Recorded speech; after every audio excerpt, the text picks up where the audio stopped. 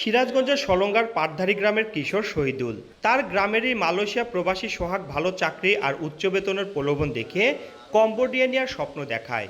Visa, বিমান ticket সহ সব খরচ মিলে 7 লাখ টাকা লাগবে বলে জানায় সোহাগ। নিজের রঙিন স্বপ্ন পূরণ করতে বাড়ি আর গরু বিক্রি করার পাশাপাশি ঋণ করে সেই টাকা জোগাড় করে তার হাতে তুলে দেয়। কিন্তু তাকে ট্যুরিস্ট ভিসায় বিদেশে নিয়ে অবৈধ এক ক্যাসিনোতে কাজ দেয় বলে অভিযোগ শহীদুলের। কাজ থাকলেও 1 লক্ষ টাকা বেতন থাকবে, না থাকলেও 1 লক্ষ টাকা বেতন থাকবে। যা দেখি যে কাজ এটাও না, তারও কোনো কোম্পানি নাই, সব কিছু ভুয়া। ট্যুরিস্ট ভিসা দিয়ে দিছে, তারপরে যাওয়ার পরে সে আমাদেরকে এক দালালের কাছে বিক্রি করে দেয়। তার মতো আরও 5টি পরিবার সন্তানের উন্নত ভবিষ্যতের কথা চিন্তা করে গোয়ালের গরু আর আবাদি জমি বিক্রি করে টাকা দিয়েছিল, কিন্তু সব হারিয়ে দেশে ফিরে এসেছে সবাই।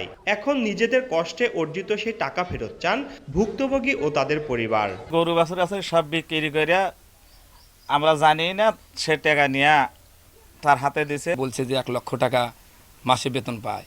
তাকে বলছে যে তোমার যতটুকু বাড়ি আছে এতে 3 গুণ বাড়ি করতে পারবা, বাড়িটা তুমি বেচো।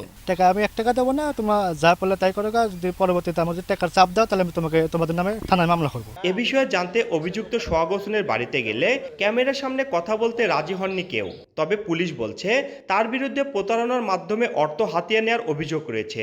তদন্ত সাপেক্ষে আইনগত ব্যবস্থা নেওয়া হবে। আমরা একটা অভিযোগ পেয়েছি, আমরা অভিযোগের প্রাথমিক তদন্ত করতেছি, তদন্ত শেষে আইনগত ব্যবস্থা গ্রহণ করা হবে।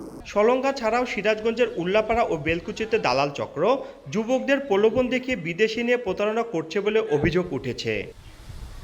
রিঙ্কু কুণ্ডু, সময় সংবাদ, সিরাজগঞ্জ।